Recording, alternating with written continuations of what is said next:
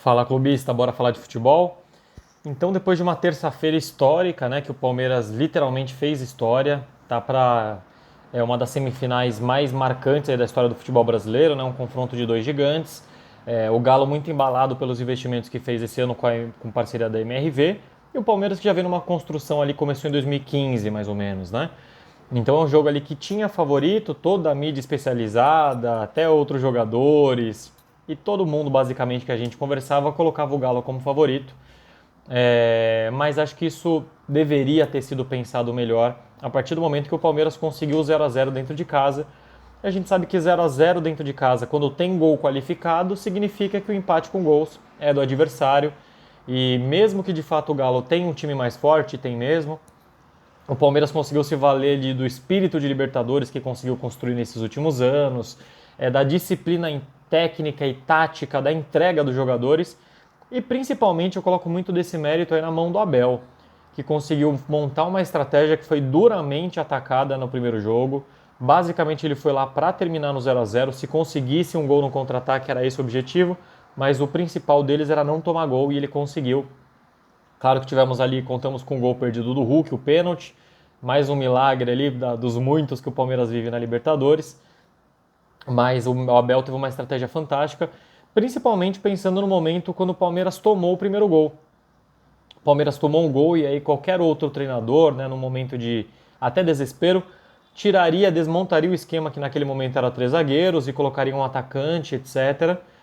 E aí o Abel foi sereno, tem até aquele corte do SBT na câmera que ele faz esse movimento assim, né? Calma, tranquilidade, vamos com a nossa mentalidade ali firme. E deu certo. Em poucos minutos depois o Palmeiras conseguiu empatar numa substituição que poucos fariam, que foi tirar justamente o Rony, que apesar de ter perdido gols, estava incomodando bastante lá na frente, e colocou o Veron, muito criticado já pela torcida. E na primeira bola que ele pega, ele põe no meio pro Dudu e sai o gol.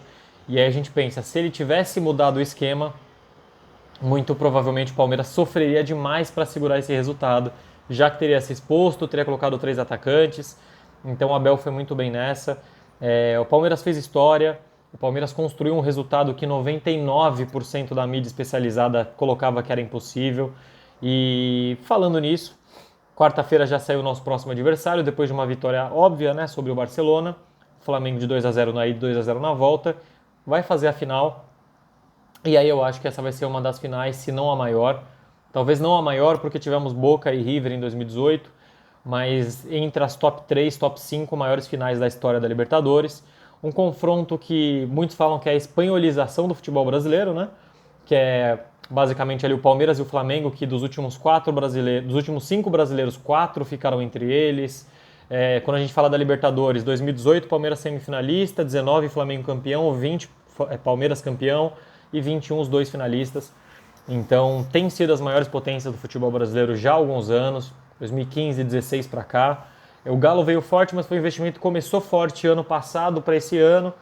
Então tende a ser uma final fantástica, tende a ser uma final histórica, né? Não tem outra palavra.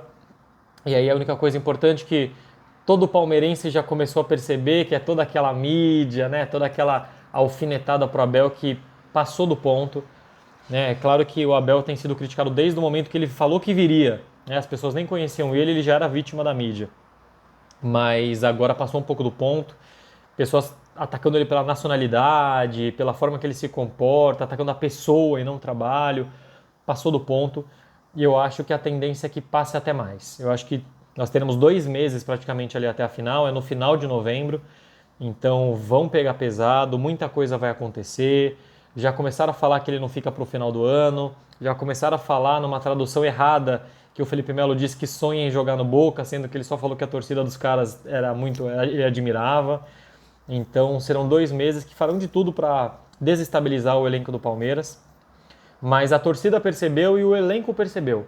Tanto que no vídeo hoje que saiu, que são os bastidores, né, que sempre o Palmeiras posta, você percebia que o jogador, depois da vitória, todos falaram, contra tudo e contra todos, vão ter que mudar agora as manchetes de amanhã, porque eles estavam muito com isso na cabeça, né, do que falaram, e fizeram certo, transformaram aquilo em raiva positiva, né, em impulsão, em motivação, para o Palmeiras conseguir o resultado.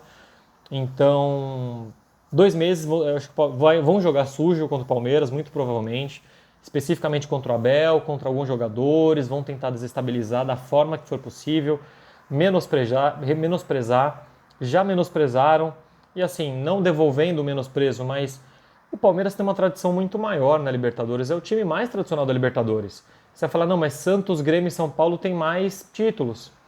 Não, tem. Mas o Palmeiras está a um jogo de igualar. E o Palmeiras tem mais finais, mais vitórias, mais gols fora. Está na sequência, na maior sequência da história da Libertadores de invencibilidade em jogos fora de casa. Então tem que respeitar, né? E a mídia não tem feito isso e acho que isso foi bom. Está servindo para o treinador, para o elenco, para o time como um todo, como um combustível, né? Então, que continue dessa forma, vai ser pior, que eles entendam dessa maneira e consigam transformar isso em motivação.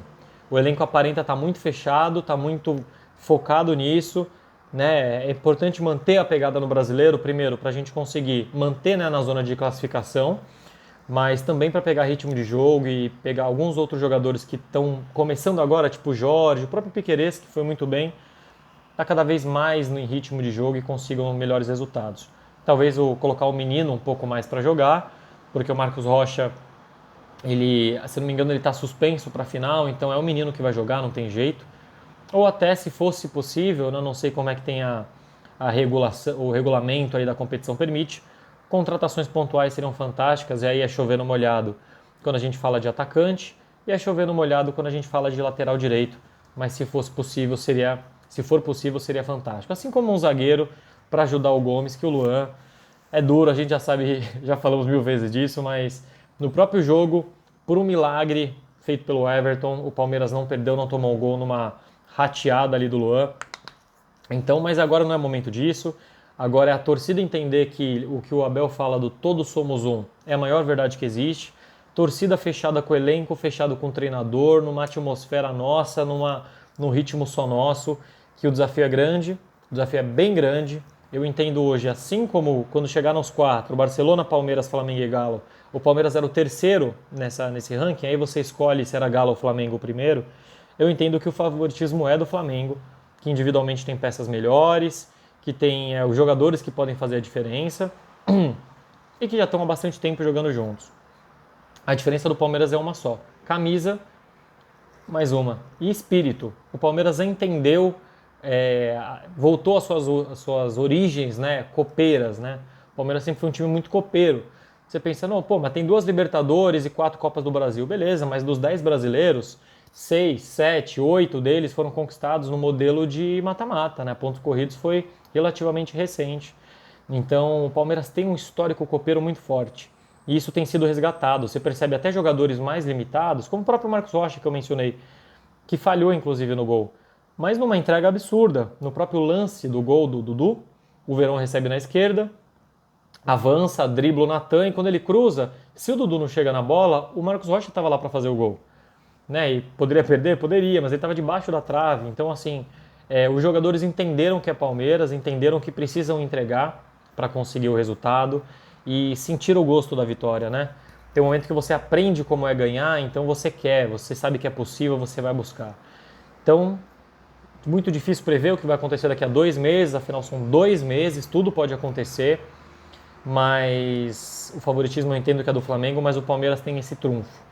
E tem o Abel, que eu entendo ser mais treinador que o Renato, apesar do Renato ter ótimos trabalhos também, né, ganhar até mais coisa que o Abel, afinal o Abel só começou a ganhar no passado, mas eu sinto que o elenco está mais na mão do Abel. Ele tem maior conhecimento do elenco, tanto das pontos ruins quanto dos fortes, e isso pode ser um diferencial muito grande. Mas enfim, falei demais, só um resumo aí do que rolou nessa semana, principalmente pensando aqui na Libertadores. Agora é tentar virar chave, eu sei que vai ser difícil, a ansiedade já começou, afinal nós estamos a 90 minutos do trilho da Libertadores, e é inacreditável a gente pensar nisso. O Abel chegou aqui tem 10 meses, e ele pode dentro de um ano conquistar 2 Libertadores, é uma coisa fantástica, e nada disso é suficiente para que ele deixe de ser criticado pela mídia, e isso é impressionante. Mas em todo caso é isso, vamos acompanhar agora, focar um pouco no Brasileirão. O Palmeiras teve a sua missão cumprida, uma jornada incrível na Libertadores, um grupo que foi difícil, depois pegou um caminho a chave mais difícil disparado, que do mesmo lado do Palmeiras tinha Galo, River, Boca, São Paulo, e o Palmeiras passou pelo São Paulo, passou pelo Galo e agora está numa final contra o Flamengo, né? Então tem tudo para ser um jogo fantástico, tentar agora virar a chave um pouquinho, focar no brasileiro, porque tem outras prioridades. E quem sabe, se de repente essa derrota para o Palmeiras fez o Galo tremer um pouco, né? Teve ali um impacto psicológico, quem sabe o Palmeiras não consegue arrancar alguns pontos ali, quem sabe chegar mais perto, diminuir a distância, e aí a gente não sabe como é que pode ser. Porque afinal, o Galo tem Copa do Brasil, em um momento ou outro vai ter que priorizar, e pode ser que o Palmeiras consiga crescer, já que a Libertadores é só para novembro. Então é outubro inteiro dedicado, outubro e quase novembro inteiro dedicados ali ao Campeonato Brasileiro, com semanas de folga e etc. Beleza? Então é isso, clubista. Acompanha aqui, se inscreve no canal, no YouTube, Resenha Arquibancada, no Instagram pelo mesmo nome, no Twitter também, nos acompanha em todas as redes sociais. E é isso, fechou, valeu, um abraço.